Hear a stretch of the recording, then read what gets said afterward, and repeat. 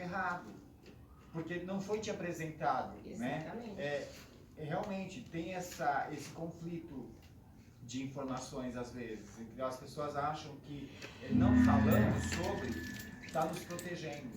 Sim. Mas na realidade não. Tem que ser dito, tem que ser falado, verbalmente falado. Por qual motivo? Para que seja compreendido por todos. Para que todos, no momento de trabalho, por exemplo, no ambiente de confraternização com a empresa ou algo parecido, é tão prazeroso eu poder falar assim, não digo hoje, tá? Quando minha documentação está correta, mas ser colocado dessa forma, olha, ela é uma mulher trans ou uma travesti, porque eu sempre tive orgulho, sempre comentei isso com a Rafaela, que hoje nós temos essa nomenclatura de ser chamada de mulher trans, né?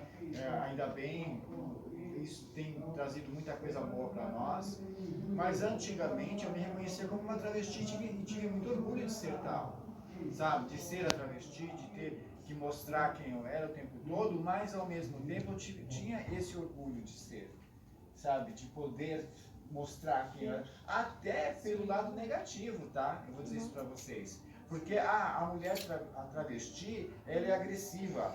Ela é marginal. Cuidado. Então isso me trazia também um certo conforto. Porque no momento certo eu sabia, olha, eu gritava, entendeu? Eu colocava um tom mais alto da minha voz para mostrar quem eu era e que eu era travesti, para colocar medo nas pessoas.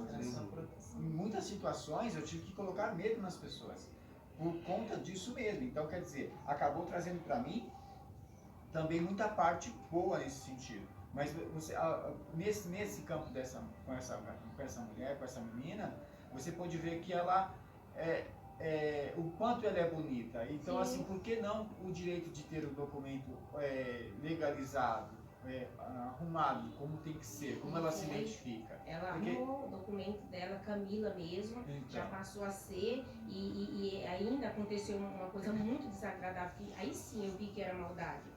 Que sai várias pessoas em um campo de comércio. E entrou uma menina que ela era evangélica e ela não sabia que a Camila era trans. E depois que ela descobriu, ela não entrava mais no refeitório junto com a Camila, ela não ia no estoque, ela não ia próximo do banheiro, porque ela falou que ela era horrível, era a pior coisa que poderia. Ela falou assim, eu não consigo ficar no mesmo ambiente que essa pessoa. E me falaram, aí me passaram essa situação. No momento em que ela não sabia, ela entrava. Então, assim, é uma coisa assim que eu achei muito. Aí sim, eu já falei, aí é maldade. Sim. Aí eu perguntei para essa pessoa, por que você não consegue ficar no mesmo ambiente que a Camila? Eu não aguento, eu não quero, eu não gosto, é horrível. Aí saiu falando coisas horríveis, né? Eu não tive reação nenhuma, fiquei olhando horrível, eu não sei nem qual foi a sensação que eu tive naquele momento. Eu falei assim, eu não sei se eu tenho dó de você, se eu tenho pena, o que eu posso falar desse sentimento referente à Camila. Mas infelizmente a Camila fica e você vai, porque pessoas dessa forma não ficam no nosso meio. E foi essa decisão, entendeu? Então isso que eu falo, nem todo mundo olha para um gay, para uma trans, tudo assim, assusta, né? Eu mesmo sou muito conservadora. Quando eu vejo um homem e uma mulher se beijando ao público, eu acho feio. Eu acho chato, eu fico desconfortável, né? Porque são dois homens ou duas mulheres e tal. E quando você vê um casal cis, um homem e uma mulher se beijando no ônibus, no ponto de ônibus, eu acho que não é legal. A sensação também não é, porque eu acho que nossa intimidade ela tem que ser para nós, para vocês. Não precisa estar se expondo ou constrangindo. Então eu fico constrangida, não é só com dois homens, não é com duas mulheres, é no geral. Um homem e uma mulher também. Eu acho feio. Então é isso, eu não acho legal. Essa questão de gay, de trans, tal, nas lojas, a gente trabalha, a gente se dá super bem. Mas de uma certa forma, imagina, eu tô lá no banheiro, a Camila, só mulher que trabalha, eu vi o banheiro, né, como que foi um homem que usou. Eu chamei ela e falei assim, Camila, você é uma mulher. Não é, você não é uma mulher? Eu sou uma mulher. Então você vai sentar e você vai fazer xixi como uma mulher. Porque aqui só trabalha mulher. Então você tem que se comportar como uma mulher. Então eu pegava filho. Estou errada em relação a isso aí? Não. Não é, ela é uma mulher, então ela vai fazer xixi como uma mulher. Então eu sou muito assim, 2 mais 2 é 4, eu vou pro arrebento, né? Eu falo essas coisas. Quando eu tenho que falar, eu falo. Eu não sei se eu estou errada, né? Então é dessa forma. Então não é maldade, não é que a gente, é porque ela é trans e tal. Não, é porque é diferente do padrão. Mas depois que a gente se acostuma, se eu ficar com você 1 dia, 2 dias, 3 dias, aí pronto, Bianca, né? Seu nome? Sim. Bianca pra lá, jamais eu vou conseguir falar outro nome. Mas é difícil também a aceitação pra nós. Você entendeu? Então, na verdade, as coisas sim. vão virando orgânicas com o tempo. Isso. Ela usou, por exemplo, o termo, o padrão. Na verdade, não é o convencional, porque Sim. não existe padrão para a existência. A existência ela é ilimitada, né? Assim como nós temos estrelas infinitas no universo, a existência é a diversidade tanto quanto. Então, não é questão de ser padrão, mas é uma questão talvez sim da palavra correta, convencional. Sim. Não é convencional, talvez, realmente, para a maioria das pessoas cis, que não conheceram uma pessoa trans ou uma pessoa homossexual. É diferente, porque fora do convencional. Quanto à atitude da outra colega de trabalho, não é apenas horrível, é crime. Sim. Não é apenas horrível, é crime porque é discriminação. E isso é crime. Então, assim, é que a Camila é muito boazinha, porque se ela chamasse a polícia, essa aí evangélica é pra cadeia. Sim, mas a Camila, ela mencionou esse assunto também. Você me respeita. Então, assim, as pessoas porque precisam respeitar que eu posso não viver dentro do que é convencional aos seus olhos, mas eu não tenho que viver de acordo aos seus conceitos. Eu tenho que ser eu. Eu tenho que ser quem eu sou. Nós não pedimos para nascer assim, né? A gente falou isso no início. A gente não escolhe o caminho mais difícil. A gente não teria optado por isso. Por isso que a gente fala que não é opção. A gente fala orientação, que ainda assim está falando de contexto um pouquinho. Mas nesse ponto do convencional, né? E fora do convencional. Isso é uma questão de opinião. Porque eu mesmo sendo uma mulher trans, eu também acho feio um casal hétero. Um homem e uma mulher, eu tô, num lugar, eles estão se lambendo, se comendo no meio da rua. Até eu acho feio. Até eu mesmo sendo uma mulher trans, eu acho que não é propício ali, para aquele momento, em público. Mas é uma opinião minha, não significa que eu vou tratar mal ou vou falar alguma coisa para a pessoa que está fazendo, óbvio. Mas você vê que não é só uma opinião de uma pessoa como a sua, que é uma mulher cisgênero, que acha feio isso. Eu também, mesmo sendo uma mulher trans, eu também não acho legal, não acho bacana. Fui casada, eu nunca tive esse hábito de ficar me beijando no meio da rua. Então, assim, mas isso é cada pessoa. É cada pessoa. E quanto ao comportamento do hospital, que você citou no caso, a Bia também citou uma situação dela no hospital. Você falou do susto. E sim, a gente sabe que existe o susto, porque a pessoa não está habituada, porque foge do convencional. Todavia, existe sim a maldade, porque assim como o rapaz comentou, qual é o seu nome? Tiago. O Tiago comentou, e é fato, o Brasil é o país que mais consome pornografia trans no planeta. Mesmo assim, na contramão, o Brasil é o país que mais matam pessoas trans. Então olha como é arbitrário isso, olha como é contraditório. Como que o país que mais consome pornografia do meio trans é o país que mais mata pessoas trans? Então muitas vezes a gente tem que entender que o preconceito é o preconceito, você achar que tem conhecimento sobre algo que você ainda não conhece. Isso seria realmente preconceito, por falta de informação. Agora, o ódio, aí já não é, aí isso ultrapassa até, né? Porque no caso do ódio, no caso cometer um crime contra uma pessoa trans, seja isso verbalmente, seja isso fisicamente, muitas vezes eu tenho que até analisar a pessoa internamente, porque às vezes a própria pessoa é daquele jeito e ela não admite ser assim, e quando vê uma pessoa que é daquela forma, que ela não tem coragem de externalizar o que ela odeia aquela pessoa. Então, hoje, psicólogos e psiquiatras falam muito sobre isso. Quando a gente olha para uma situação que a gente tem repúdio, a gente tem ódio, a gente precisa analisar lá no fundo por que a gente tem esse ódio de uma coisa que a gente nem deveria estar, a gente deveria nem estar aí com a vida do outro. Sim. Né? Se eu estou vendo 2 rapazes, ainda que eu fosse uma mulher, sim, se eu estou vendo 2 rapazes se beijando ou de mão dada, por que eu tenho minha vida tanto? Eu tenho a minha vida, minhas coisas para me preocupar. O que está somando na minha vida ou subtraindo eu querer me intrometer na vida daquela terceira pessoa? Agora, se eu olho para isso com muito ódio, com muito repúdio, com muita insatisfação, tenho até uma atitude agressiva, isso daí não é só o fato de ser desconhecido. Aí vai além do fato do, não é o convencional, não.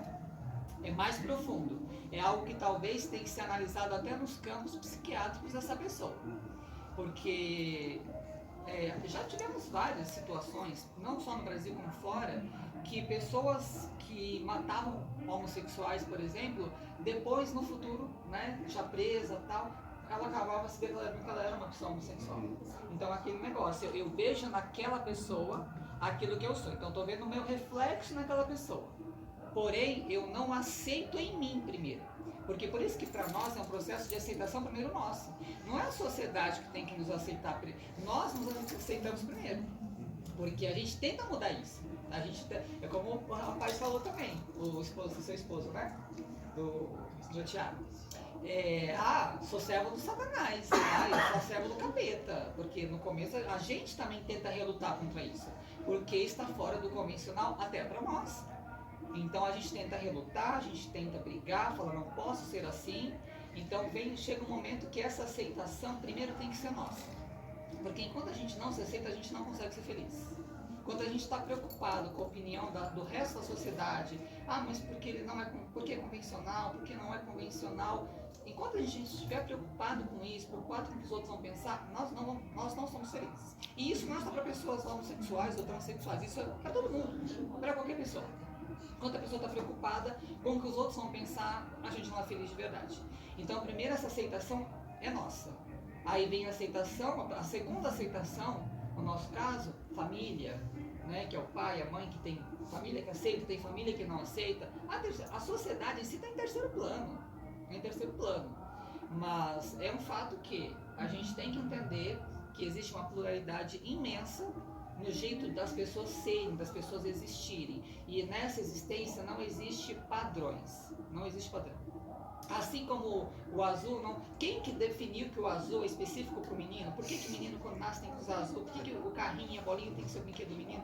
Não, isso são padrões que a sociedade estabelece. E aí, isso sim são padrões, que aí as pessoas quando vê isso fora do padrão, usam essa expressão. Está fora do padrão, não, está fora do convencional. Mas a gente precisa começar, principalmente as pessoas que não é do meio LGBT, que ia mais, começar a querer entender. Porque a partir do momento que a sociedade começa a nos dar voz, que aqui, por exemplo, muita gente pode ser leiga em tudo que a gente falou aqui, mas olha as informações que vocês vão sair daqui hoje, né? A partir desse discurso, dessa temática, dessa roda de conversa, olha o tanto de informações que a priori vocês não tinham, mas que vocês vão passar a sair daqui provavelmente com uma outra cabeça, uma outra linha de raciocínio. E é isso, gente. O importante é a gente sempre ser feliz, do jeito que nós somos, nos aceitando, enquanto a sociedade, gente, sempre vai ter preconceito de todos os lados. Não é só isso. Se a pessoa é magra demais, tem preconceito. Se a pessoa é gordinha demais, tem preconceito. Se a pessoa... Tudo tem preconceito. Se a pessoa é alta, uma mulher muito alta, uma mulher de 1,80 m, mesmo sendo cis, nossa, mas é muito alto para uma mulher. Tá, mas ela nasceu, você não tem aí. Eu tenho uma conhecida modelo que eu sigo no Instagram, ela é uma mulher cis, né? Nasceu com órgão genital feminino. Ela tem 2 metros de altura. Não é convencional para uma mulher, não é o tradicional para a gente, mas ela é assim. Ela calça 44 e ela é uma modelo. Então, quando ela vai, por exemplo, fazer trabalhos fora, ela tem que levar o próprio sapato, porque nunca tem numeração para ela. Como acontece com muitas mulheres trans também, né? Porque normalmente a gente vê até o 39, no máximo ali, talvez 40 de um sapato. Vestiu, calçou mais do que isso, já não tem. Aí tem lojas específicas que fazem numeração de 40 para cima, né? Mas você vê uma mulher cis, sendo uma mulher na condição de mulher cis, né? Mesmo assim ela usava 44. E aí teve até uma situação que ela relata que em um trabalho que ela foi fazer de vestido de noiva, de repente não estava tudo certo que ela fazia as fotos, né, com o vestido, e de repente o rapaz, né, o produtor dela ligou e falou, vai ser canceladas as fotos, porque você tem a mesma altura que o modelo, então se você colocar um salto, você vai ficar mais alta, então a gente tira você. Assim, por que tem que tirar a mulher? Por que tem que tirar ele? Por que não tira ele e põe um homem mais alto? Né? Não, porque é difícil achar um homem mais alto que você. Calma, gente, mas a gente dá um jeito. E ela tentando brigar pela existência dessa. Olha só, gente, estou dando um exemplo de uma mulher cis. Nasceu com a genitália feminina, é uma mulher cis. Olha a batalha da existência, só porque ela tem quase 2 metros de altura. Ela tem que batalhar pela existência dela para ela ser uma mulher fora do convencional. Porque mulher não pode ter 2 metros de altura. Né? E aí ela fala, não, a gente tem que dar um jeito, não, a gente vai. Faz o seguinte, eu fico descalça e existe cálcios de palmilhas, né, de silicone no calcanhar do sapato masculino, que aumenta até 9 centímetros, né, o calçado, a altura. E aí fizeram isso, e aí por fim ela ficou descalça, como o vestido ela estava no chão, não via que ela estava descalça nas fotos, ele ficou mais alto e ficou lindo e maravilhoso nas fotos. Mas olha, ela tendo que se impor, porque mesmo sendo uma mulher cisgênero, uma mulher heterossexual, mas a briga dela é porque ela está fora do padrão da altura para a mulher, né? Então, essa briga pela existência, porque está fora do convencional, é em todos os campos, são em todos os campos. Não é só com a pessoa homossexual, com a pessoa bissexual, com a pessoa transexual, é do modo geral. Se a gente pensar isso de uma forma geral, essa briga pela existência é com todo mundo. É que para nós somos mais alvos porque nós somos as aberrações, né? Principalmente para quem vem de berço evangélico, que é o meu caso, por exemplo. Fui criado em igreja evangélica, então você cresce ouvindo que você é uma aberração, que você vai para o inferno, que você é uma abominação, e aí você vai colocando aquilo na sua cabeça. E é isso mesmo, eu já estou condenada, eu já nasci para deixar daqui para o inferno. Né? Porque você vai recebendo aquela carga de informação, e é a referência que você tem, porque você já cresceu ali naquele meio. Então, assim, aí é mais difícil ainda para nós se desprender dessas amarras, né, que a sociedade impõe como padrão, como convencional, enfim. E aí nós temos que começar a se desprender dessas amarras, começar a se descobrir quem nós somos, para daí a gente colocar para o mundo e externalizar. Ó, eu sou a Rafaela Nicasso, ela é a Bianca, e cada um que está aqui como é. E essa que é a beleza, né? Porque, por exemplo, um quadro como a Mona Lisa, né? Por que é tão bonito? Porque é composto por todas as cores. Se eu pinto só de azul, não tem beleza. Né? Uma música, uma sinfonia, por que é bonito? Por que emociona? Porque é composto por muitas notas. Sim. Imagina uma música só com a nota dó, não toca ninguém. Então a beleza da vida é justamente a pluralidade, né? É a identidade de cada um que compõe a melodia da vida. Sim. Aí só mesmo antes da mudança do nome ser uma lei, né, a gente ter isso, está respaldado na lei, a mudança do nome, quando a gente ia nos hospitais, assim, no caso, quem vai escutar o público, tem uma placa enorme lá dizendo que a pessoa tem o direito de ser chamada pelo nome social. Então, o que aconteceu, por exemplo, com a Bianca foi pura discriminação de todo o departamento, porque mesmo que o nome dela ainda não estava retificado, já tem uns 8 anos que você vai num posto de saúde e tem lá uma placa enorme sobre nome social. Nome social é o quê? Antes da nossa mudança de nome, a gente... meu nome é Rafael. Não importa o que está no meu registro, meu nome é Rafael. Então, até então era nome social. E aí você vai num posto, você vai num médico dentro do SUS, né? E tá lá essa placa dizendo que você tem direito de ser chamado pelo nome social. Aí você coloca o seu nome de batismo e coloca lá entre parênteses na frente o seu nome social. E aí quem não chama pelo nome social é por maldade mesmo. É por maldade. Porque se está lá no posto, por que o médico não sabe ler? Está lá uma placa lá no local que ele trabalha e não sabe ler? Porque ele tem que respeitar isso. Né? Aí volta a pergunta dela, né? Então você foi chamado pela primeira vez. Eu passo numa clínica que o nome sai no telão, assim, né? É a sua vez de ser atendida, tá o seu nome lá. Aí quando apareceu o nome lá, Rafaela Nicasso, consultório 4, eu dei